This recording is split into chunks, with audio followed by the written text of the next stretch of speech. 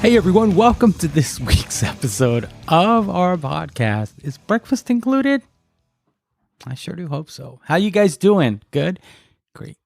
I'm coming to you today from another hotel room in London, England. We have reached the downside of this UK European tour, and it's been a lot of fun. We've been bringing the rain.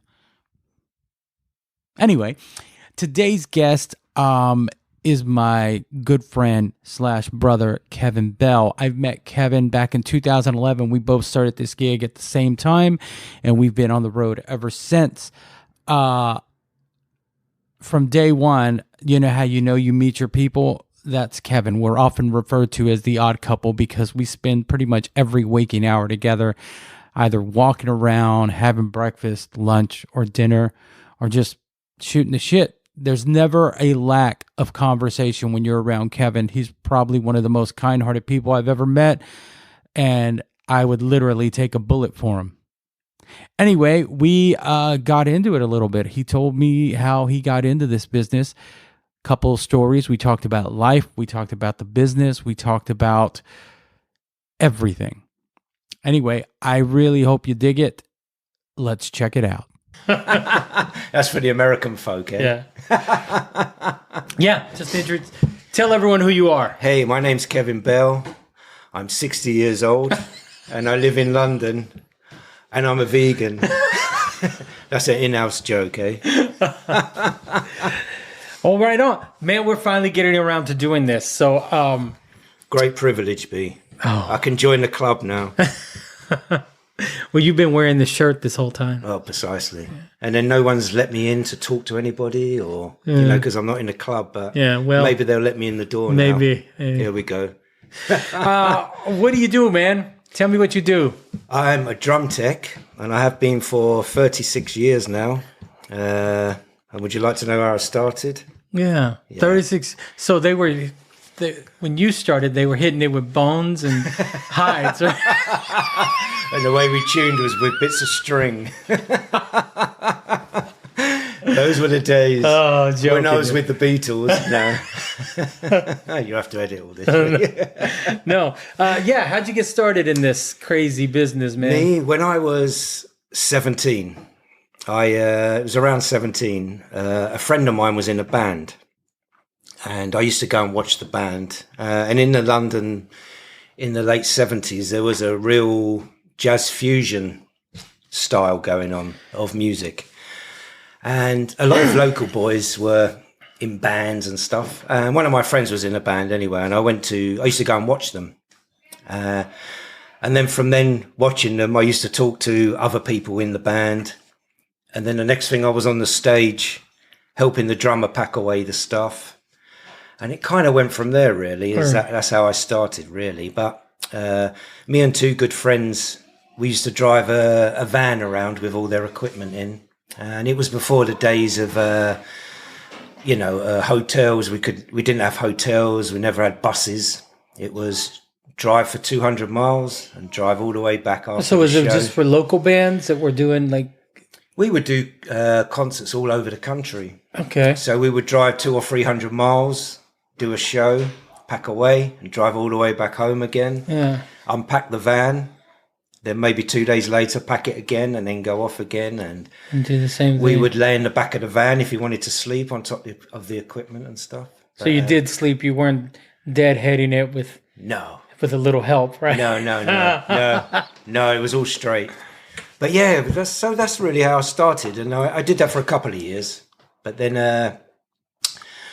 And then I just bummed around for like 4 or 5 years, maybe. I didn't do it anymore for a while when the band broke up. And I can't tell you what I got up to, but, we were, because times were different then. We didn't need as much money. We could survive quite easily. Yeah. And I used to help people do certain things. And I'll leave it at that. But then about 1987...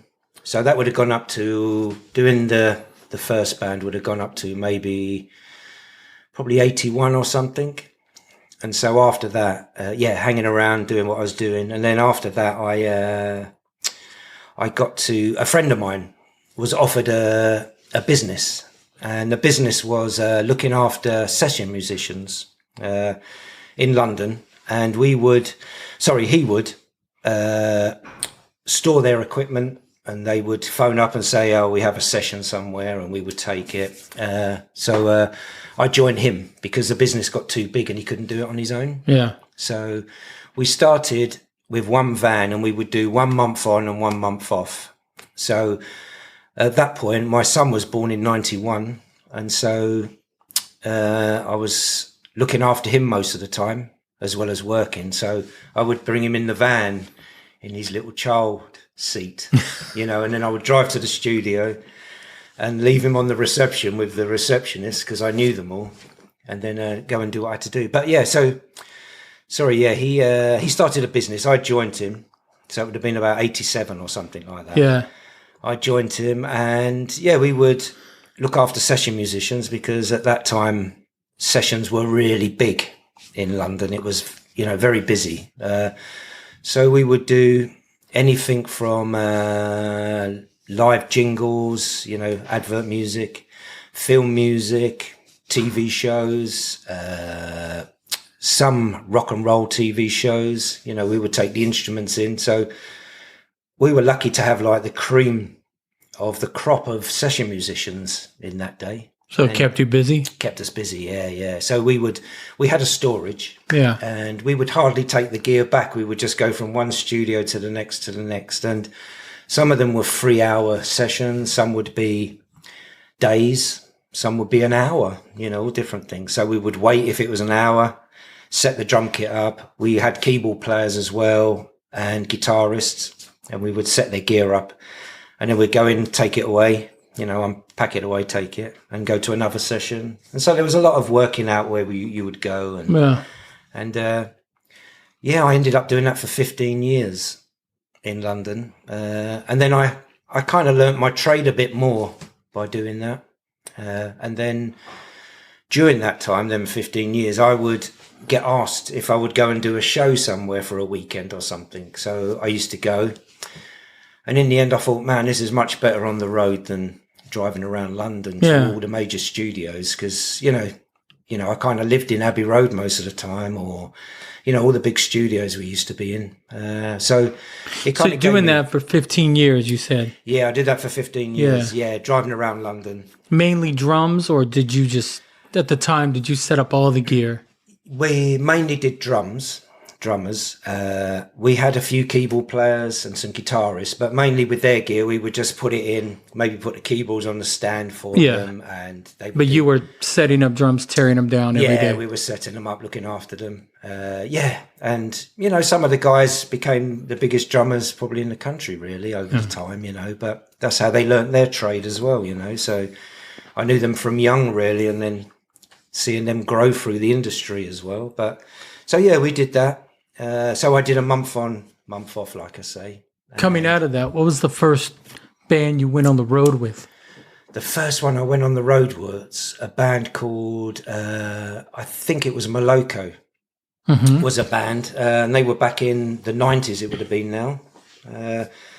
And they just became my friends, and I don't know how I ended up there, to be honest, you know what I mean? But I just ended up there, and I used to look after the drummer called Paul Slowly, and we were just all friends, really. And they just had a studio in Sheffield. They were from Sheffield, and we would just bring the stuff out in boxes, and we would have a splitter van or something, and it was just taking the studio apart and bringing it out on the road, really. And then we would, we started doing gigs, and I learnt my trade even more then, by touring, and I worked with them for 7 years, I think. Yeah. And so I see them grow. We went from a splitter van to 2 Arctic trucks, and they had hits, and and that was fantastic. I love doing that. To watch it grow, yes. Yeah. It's nice to be at the beginning and watch something grow, isn't it? And then it can be. It could be the opposite too. It can be, yeah, for sure. And I was lucky that it wasn't, Yeah. But that was kind of a real learning thing. And today I'm still learning, every day is learning, isn't it? I still am not the master of any craft, but I just learn, and as the days go on. But So getting back real quick, I just want to take it back. You said in those 4 years you did some things. We're not going to talk about it, but conversations you and I have had. yeah. You said, you've told me like, I would have ended up in jail or dead, if I would have taken a different path. Yeah, precisely. Yeah. So yeah. actually, a lot of people, I see it on social media, music saved my life. Music really did save your life. Precisely, yes. Right? Yeah, I wouldn't have known which way to go, definitely, I mean, I always wanted to be a footballer. Yeah. And I became a semi-professional footballer. And then I got injured and I couldn't play anymore. Mm-hmm. So at that point, back in the late 70s, early 80s, that first band I worked for kind of, it eased the pain of not actually being able to do what I'd always dreamed of being. Yeah. Does that make sense? Yeah. Music did save it, yeah. So you found something that you were passionate about. Precisely, yeah. And it was just fun. Yeah. Do you know what I mean? In the early days, it was fun. And, it wasn't about money, because I went out and worked with that band in the late 70s. And I wouldn't get paid for it. They were just my friends, and I loved doing it. I was claiming my social security money, and just going out with a band, and living off £20 a week or something. Yeah. But there's a statute of limitations, so you can't get busted for that. Yeah, precisely. I'm not on there anymore, believe me. But yeah, so that's how it started, really, B, and then straight up into the session guys. I mean, now we like to get paid for what we do, of course, but of course. But I think a lot of people don't understand how much fun. Like sometimes I have to take a step back and say, I can't believe I'm getting paid to do this. Yeah, because how many times do people say to you, one, do you have to pay for your flights? Yeah. Two, do you pay for your hotels and all the things? And you're like, no, it's free. And do you ride in the truck? Yeah. Do you know the band? Yeah. I mean, people always ask those questions. Like, do you pay for your own hotels? Do you have to pay for your flights? Yeah, precisely. But you and I were talking about this earlier. Like, I'm referring to this as my European vacation. Yeah, precisely. Yeah. And I mean, when we work hard. And we have the pressure. Yeah. And we have to make a show work. Like we have all this electronic gear. It's pissing down rain and precisely. But but we're going to do a show and it's going to have to work. Yeah, precisely. And, so we get paid for that pressure, don't we? In the sense of that. But I think, it's life is always about learning and going with it, isn't it? Yeah. And seeing where it takes you, really. And so after Moloko, you watched them have some hits and get successful. Yeah. What came after that? From that, I worked with a British girl band, and they were called the Sugar Babes. And they were very popular here. They were 3 girls from London. Yeah. And they were kind of R&B sort of music and that. And I got that show. And I ended up doing that for 6, 7, 8 years, I think. Yeah. And I, looked after the drummer in that. And that was a great show because it worked a lot. We worked a lot of, lots of shows. Every year we would be working. Yeah. And again, learning again the trade, isn't it? Because it's, as I always say to people, the most important thing is how you connect with people. The job is 30%. But the 70% is how you connect with all the people around you. And I always say that to people. It's, it's kind of the Charlie Watts one, isn't it? Of, about the Rolling Stones and, the 50 years and all that, isn't it? And people saying to him, what's it like, Charlie? And it's like, 35 years of hanging around and 15 years of playing. Yeah. Do you know what I mean? Yeah. It's that kind of vibe. Yeah. But it's kind of, we just, we go with the flow, don't we? And we do our best. And well, you've said a couple of times that you were just mastering your craft, and still are. Like who's it? Malcolm Gladwell has this theory of 10,000 hours. If you've done something for 10,000 hours, you've mastered it. Right. Okay. But I think you and I come from the same school that I still haven't. I've done this for 10,000 hours, and I'm still. Yeah. I walk in just terrified. Precisely. Like I don't feel like I'm a master technician. I started out as a guitar tech, and more recently I've come to be known as a bass tech. Yes. Which is good for me because if a band can hire a bass tech, they're pretty well off. Yeah, precisely. Yeah. So it always works out for me when I get the phone call. Yeah. But it doesn't matter. Every time I go into a gig, I don't know what I'm doing. I feel like, you know. Yeah, yeah. Well, what do you always say to me for 12 years, B, is, you feel like this I'm going to get is fired. your first gig or this is your last gig, Yeah. you know what I mean? It's that kind of... If I make it to the last notes, then my blood pressure starts to go down. I normally pack your coat away by then, don't I? But yeah, it's... but yeah, no, I did that I feel that band. if people, I feel that if people feel that they've mastered something and they go in, I mean, it's okay to have a tiny bit of confidence. Of course. Yeah. We know how the rig works. I'm sorry I interrupted you, but No. yeah, I think I've seen people who are so confident that they they step on their own toes. Yeah, totally. Yeah, yeah. You know, I've like- seen it many times. Yeah, and you watch that car crash, and sometimes you watch and you're like, yeah, I could see that coming. yeah, I saw that coming, you know. Yeah. But then sometimes you know, of course, you always feel bad when a Yes, of coworker's course. having a bad show and you can't do anything about Yeah, it. precisely. But I feel that little bit of confidence is good, but that 90% of worrying yeah, makes you more alert I think so. to shit that's going to happen. Because I think, me and you, obviously, B, we've toured for many years together, and we always have the same sort of philosophy. Is that, you just... Sorry, I've gone right off what I was going to say because there was a big bang behind you. Frightened the life out of me. Yeah. What can always be our last show is the mentality we go into. Like, Yeah, precisely. No, totally. And I think it keeps you on your toes. Like me, I don't sit on a stool. I sit on an old little briefcase because it's uncomfortable. Yeah. And it keeps me alert. Do you know what I mean? I'm fidgeting or, it keeps me to watch who I have to watch, see what's going on. And, I get it, man. me and you sit on the same side of the stage. So we always have this... We have the same view, we're always in eyesight. We always have a banter between each other or whatever. But yeah, I totally agree that, it's, I've seen many people come in and we always say like, feel, they've got their feet under the table and they've been too confident and, they feel that they're never going to get the sack or whatever. And that door opens and that door closes and next, isn't it? And it happens so many times. So I think it's a good thing to be afraid. Oh, not afraid, but nervous. I'm afraid. Yeah. I get But it afraid. keeps you on your toes, We've doesn't been it? doing this gig the same amount of time, 12 years, I think. Yeah, precisely. And I'm still keeps you- afraid, no matter how Of course. comfortable they make us feel. Yeah. And the words they used to describe us, I'm still afraid Yeah. because I'm afraid of failing. Yeah.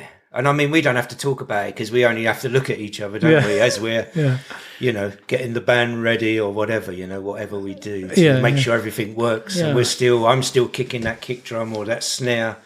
And I think as the band walks up, you hear they're me hitting walking the up. bass. Yeah, You hear me hearing the precisely. bass. Is Yeah, it working? yeah. It was working 5 minutes ago. And Is it because gonna, we want them to hear is it going to work when he walks on stage? And we want them to hear it, don't we? Yeah, That they can hear it in their ears, But yeah, so coming back to the bands and the way that I went along really, because I worked for that girl band for a while.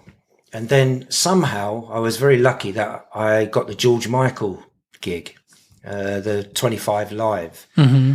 And a few techs have been in and out of it because it run for a good few years. Yeah. And I joined it on the last 2 years. And that was a fantastic show, to work is to see, the great George Michael, it was a big gig. And, it was another good learning curve, going into... And that was Ken. And that would have been Ken Watts, who was obviously our production manager, tour manager, wasn't he? Yeah. And God bless his soul, he passed away, in the Yeah. pandemic. He told me one time, he said that tour was only supposed to be 6 weeks. Wow. And it turned into 5 years. Yes, I did the last... Was that your first time on a production that big? Yes, I think so, B, for sure, yeah. I mean, we had productions on, on the Sugar Babes and Moloko, but never the size that was. The 12 trucks and whatever, and we did I joined it when it was we did all of America, all of Canada, and I'm sorry I can't remember the year now, but as time flies. But yeah, that was a big production. Lots of floors, lots of layers, and But it was fantastic. We had a good crew on it, and it was, I just, as you know, when you join a tour that has been running for a while, you kind of watch and you fit into it, don't you? Yeah. You that was my next question. Like, how coming in, it had been going for a few years, yes, and you came in for the last 2 years. Was it difficult to fit into the crew that was there? Did you just kind of do your own thing and just blend in? Yeah, I think probably I knew a few of them, so that was a big bonus, wasn't it? But I kind of, because I looked after drums and percussion on that, and they were two big rigs, and I kind of made it so I was comfortable with the rig I was working with, case wise and all that stuff. But I kind of just flowed into it, really, and the unfortunate thing on that, after I did so many weeks, we were in America, and I'll tell you a story. I probably told you before, but we were doing 2 nights at Madison Square Gardens, and I was leaving my room to go over and do a load-in across the road at Madison Square Gardens, and I went to open the window to let a bit of air in, if New York's got any air, I don't know, but a bit of pollution. And the window was so far away, I was stretching to open it, and it had just been painted. And the next thing, snap, I dislocated my shoulder, opening the window. And I've been ripped for it so many times. But I was just opening a window, and I dislocated my shoulder because of the angle I was trying to open this window at. And so I ended up in the first few weeks or so in a sling, because I was in so much pain. But thank God they kept me on, and they helped me, and they were great, and they all chipped in and helped me do what I had to do. Because when it first happened, I couldn't even lift, your room key. It was so sore, but and I kind of, got better, and, the tour went on, and we ended up in, in Canada. We went all over America. We rehearsed in the Forum, in LA. And, and we ended up going all over America and Canada for 2 months, I think that was. Yeah. And it was fantastic. Another learning experience, really, to work on a big production, really. Yeah, I always enjoy going from different size, tours, from a club tour to a theater tour to what we do now, arena tours. Yes, totally. And a few years ago, I got to work on one of the biggest tours. Yeah. And what I learned in the short time I was there, is you can't put a price on that. No. To see how what I call A-level techs, how they do it every day. Yeah, and how it works. And how it all fits together. Because it's, there's no I in team, is it? It's all about teamwork and everybody doing their. But there is a bit. me. There's lots of me's, isn't there? There is a lot of me's in team. But they kind of, I think on the George Michael one, briefly, was that it was on a jailhouse. So it was built up on layers. Yeah. So you would go into an arena, and they would bring in the bottom layer of the stage where the keyboard and the MD would sit. And then mine was the next level up, was percussion on one side, and there was a video screen in the middle, drums on the other side. And I would, so I was allowed to go up there at first. So that would be out in the middle of the arena, and I would set up why half of it's out there. Before they pushed it in. Before they pushed it in place. So it was all these, it's like a giant puzzle in a way, isn't it? Yeah. Everybody's doing their thing, and it all connects and, and joins. And so I think because it was so, like you said just a minute ago, you joined this big A team sort of tour, and you could see how everybody's doing everything, and you learn from that, don't you? Yeah. And all you're is this little cog within this big thing that makes this whole thing, isn't it? And it's always like that, whether you're in a small band, if you're doing a little band or a little club, or and I feel more nervous in a little club than I would in front of 100,000 people, because I know everybody can see me, and everybody, all the eyes are on you, aren't they? But I kind of, I think you just kind of all these pieces of the puzzle fit together, and we just fit within that, don't we? And as you know, I have my 12 by 12, and that's what I have to look after, Yeah, we always say, I look after stage right. Precisely. Stage right has to go the way I need it to go. Yeah, precisely. Yeah. You know. Yeah, and that person is happy when they come off. Yeah. Is the ultimate goal, isn't it, of every show? You know. And we've both been there when they haven't been happy. Of course. We get that phone call. Yeah, precisely. You know. And we try and make it better the next day, don't we? You know. I've always had this saying, like, we don't sleep all night, though. No, we don't. We don't sleep all night. And we think about it and we talk about it all the next day. And we continue to replay it for the rest of the tour. Oh, God. And the worst one is kind of when when something hasn't quite gone right and the next show, as they're walking on, your heart is just like, because you haven't been able to recreate it all day. Yeah, precisely. Yeah. That's the thing. Yeah. Yeah, you've tried to recreate that same situation, but it doesn't work. You know, nothing happens and you're like, oh my God.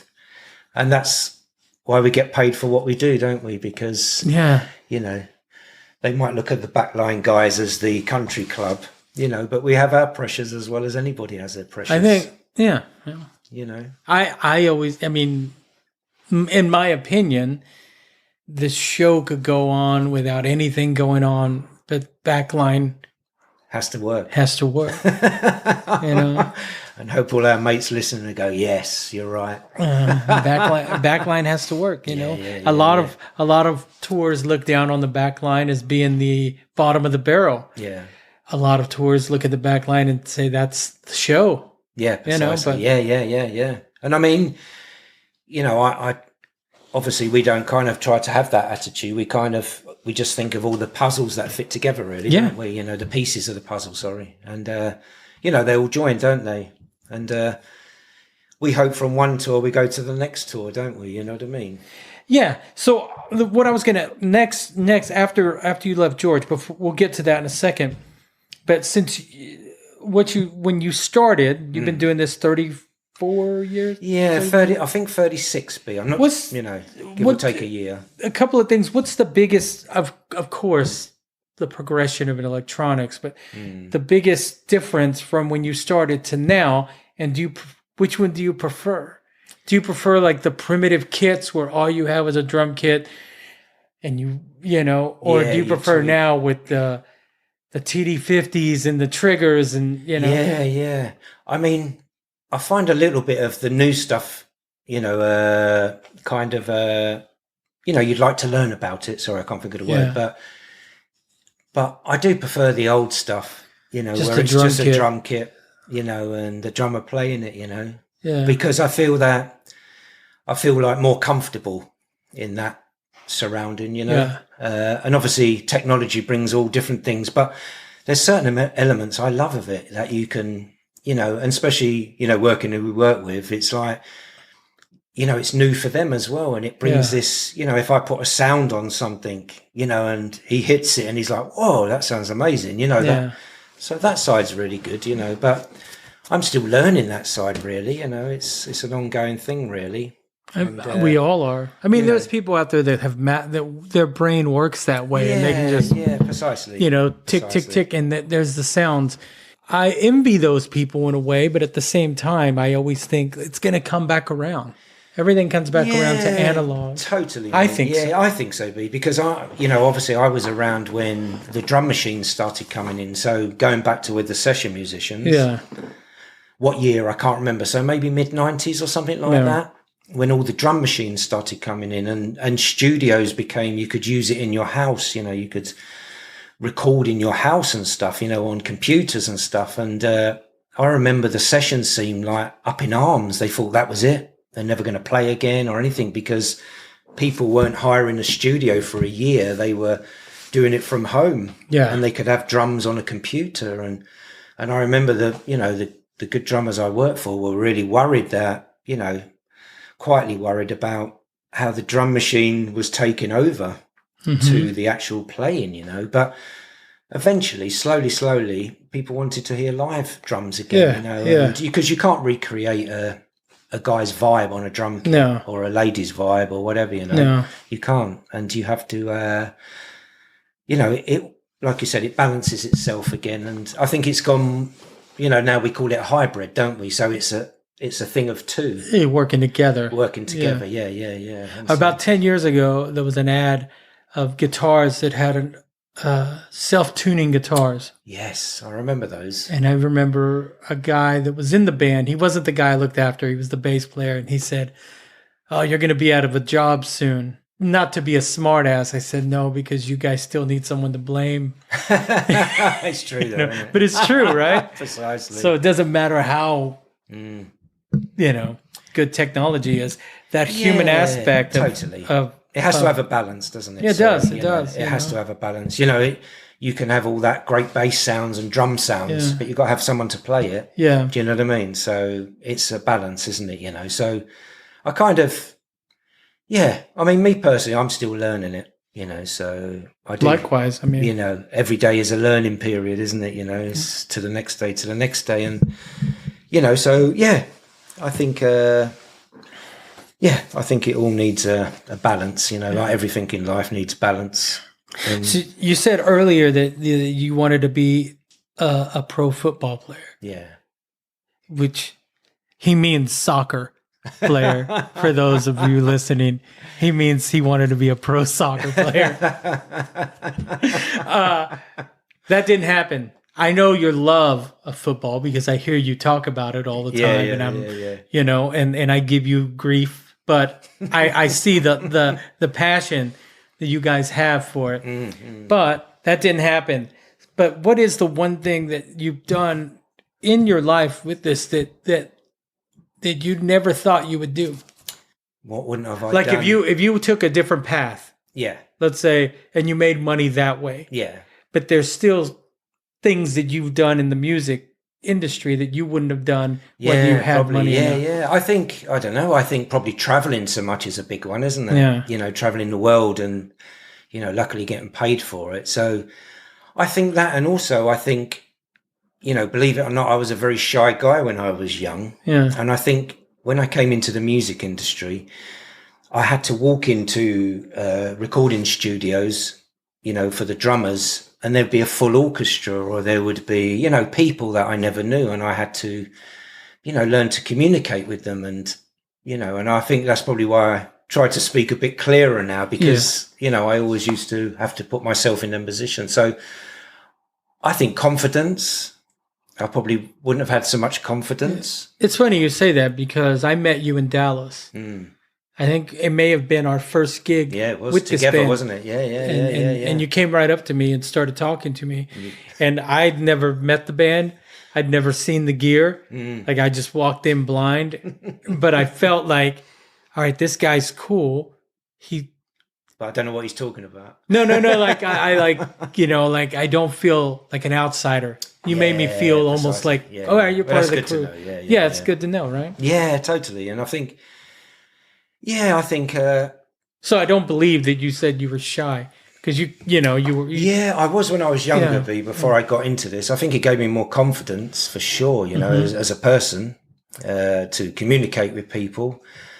And also, we don't work all the time. So I always say we kind of live outside the box. Yeah. We kind of look in the box every so often, don't we? Yeah. Because, it gave me time to be the person I am, and to... raise my son, who's 30 now, but, when he was little, and spend time with him growing up. And I wouldn't have had that if I would have gone down another path, maybe, I would have maybe ended up. I think a lot of people don't have that working 9 to 5. No, totally. Yeah, I think people, I used to get a lot of flack. I hate that I keep hijacking the conversation. Me. No, you're not. But no, I can. You and I've had these conversations like many times. I'm not there. You're not there enough. You're not. But I know people who were home every day, but because they work so much, they weren't. No, that's it. Mentally, they weren't. They see their children in the morning. They go see home, them going, and they're in raise bed. their kids for about 10 minutes and get the fuck out of there. Yeah. But so we've been blessed. When we're home, we're home 24/7. And we may be home for 2 weeks, but for 2 weeks, you're there. Yeah. And we get the lean times, don't we? When we might not work for a few months, but we live in or we work a job that is feast and famine, as we call it. And it's always been like that. But save your money. Yeah, we save our money when we work, and it helps us when we're not working. Yeah. And the fact is that I wouldn't change it for the world, because I spent years with my son growing up, and nothing could ever pay for that, you know. I know, right? All the time And we talk about it all the time, me and you. Yeah. And we get a tear in our eye when we talk about our kids Yeah. and stuff. But still, mine's Yeah. 25, yours is 30. we talked about it the other day, didn't Yeah. we? We were talking about it, you know, and, you know, you still get that tear and you still worry about them and you still, you know, it's, but I wouldn't have it any other way that, you know, when I looked after them session musicians and doing the job month on, month off for probably 5 or 6 years at first, I had my son with me. Yeah. Do you know what I mean? And, you know, I could take him to my lockup at 12 o'clock at night and we would kick football up against the wall and, you know, and just do all the things that probably in a normal life you probably wouldn't, you know. And so I always say I've been blessed in life. If I pass away tomorrow, I've been blessed. And that's Likewise, that's an man. amazing thing, you know, to have, you know, and it's all about love.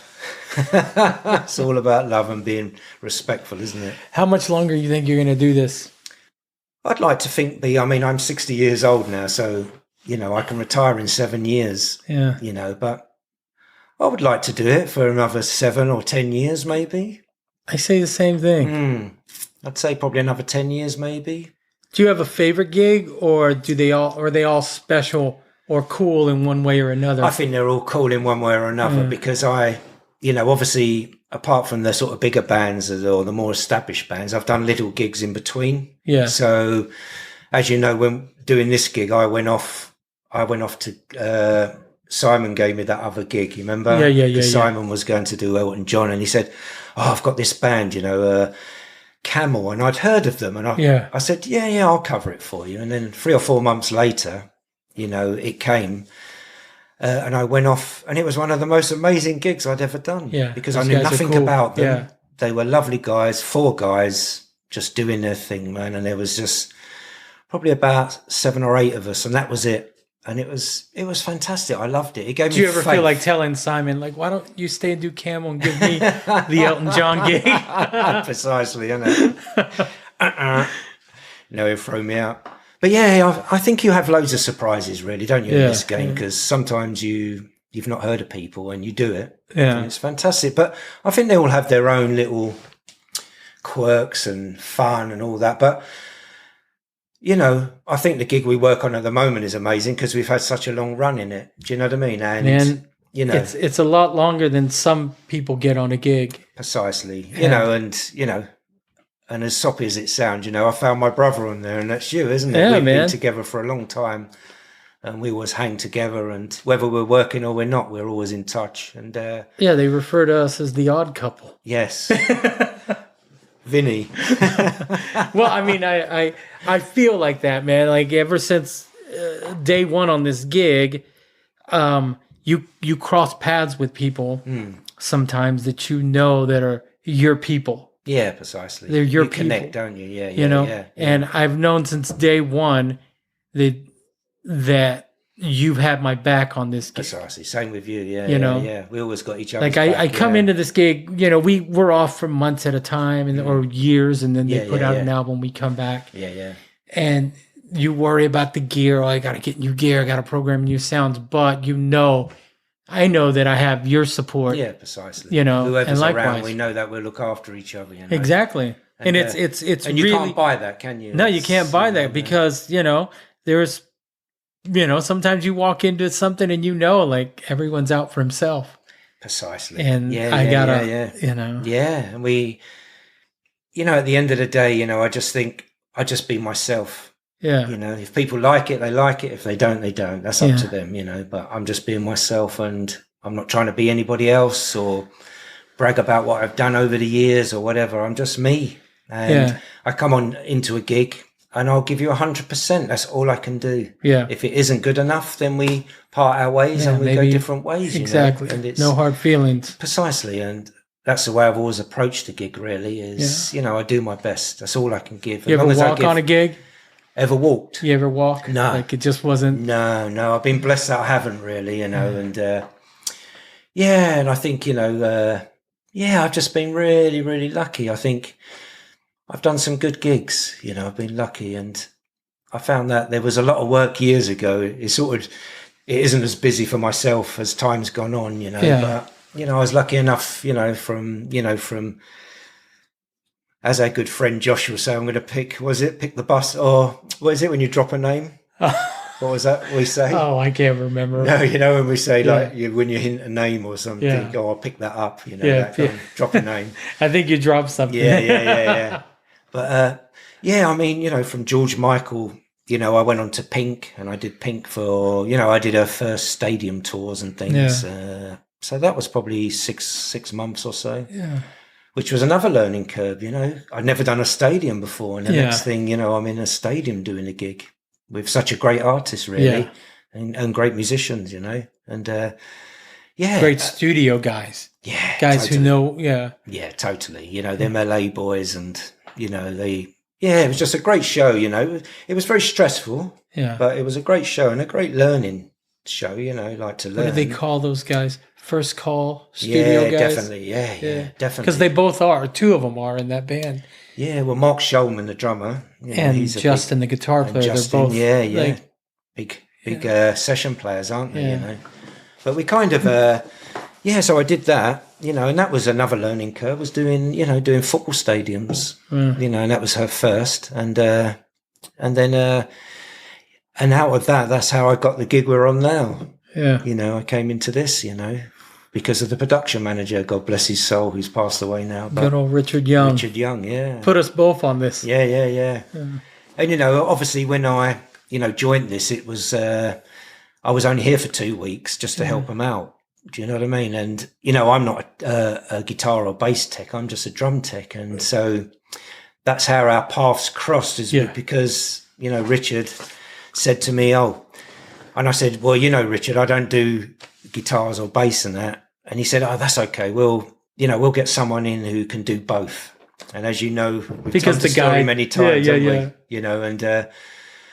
And then when we were in London rehearsing, some guy came in. I don't know who he was. And he came in and he was like, he looked at the drums and then he looked at the bass and he went, fuck that, I'm out of it. It's too much stuff, And I was like, shit, all right, mate. And then, and then I got called, they said to me, do you want to stay on and come to America for a couple of weeks? Yeah. And that's when I first met you, wasn't it? Yeah. We did the Super Bowl, in Dallas. And they got you in, obviously, because I don't do bass. And then they had a couple of people come in, didn't they? To do guitars and bass and all that. And, and then the next thing, they couldn't find anybody. And then he said, Joe, do you want to stay, to the end of the American thing? That's another 6 weeks. I was like, yeah, I've got nothing, I'll do it. And then luckily Roger, he said to me, or he was saying, would you like to stay, And so I thought about it for a while. And then, I thought the better the devil isn't it? Yeah. And I always say that, stick with the devil Precisely. And,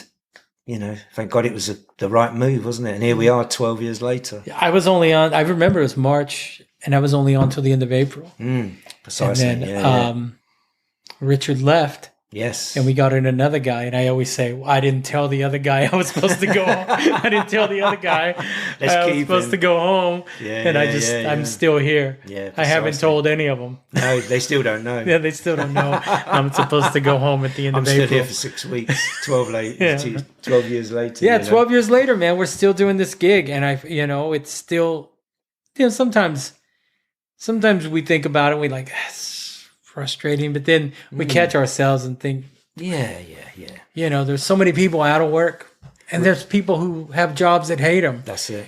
And we get to fucking do this for a living, man. And we've been on the tube today, B, haven't we? You know, we just went somewhere to pick something up, and we had the same conversation, was how blessed we are. Yeah, dude.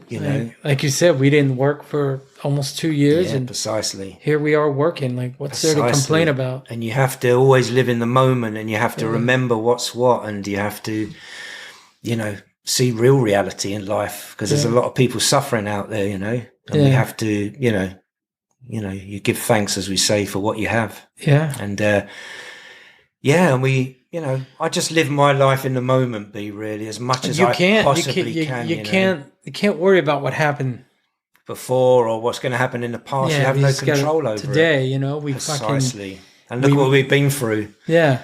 We've been through like 2 years, near enough 2 years. That no one prepared for.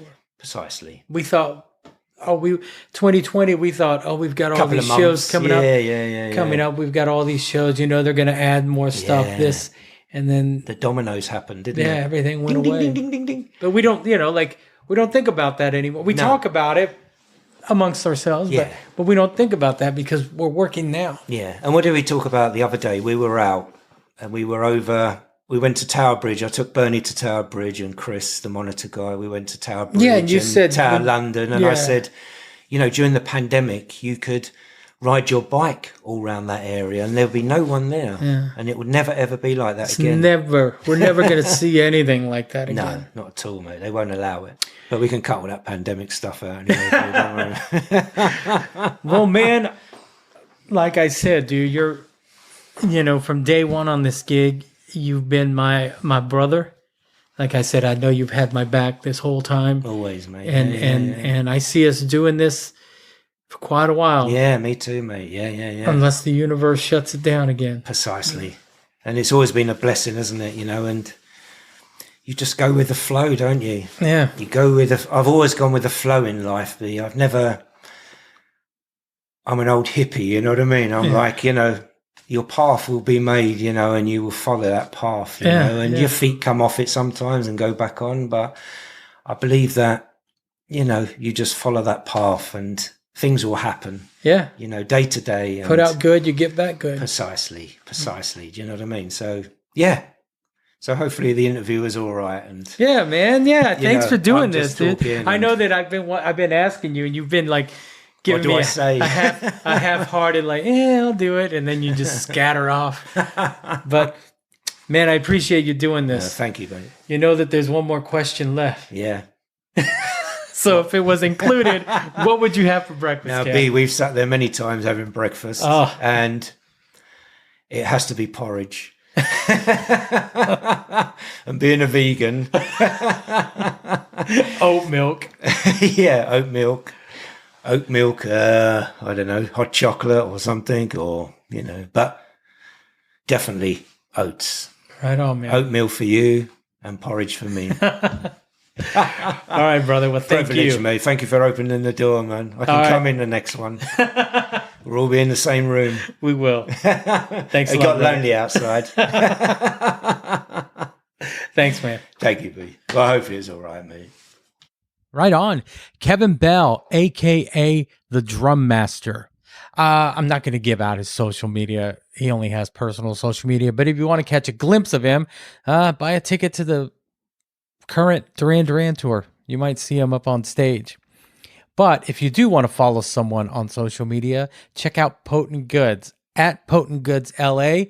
Check them out, see what they have to offer, give them a follow, and remember to escape the mundane. All right, guys, I am done. Have a great day, and we'll talk to you next week.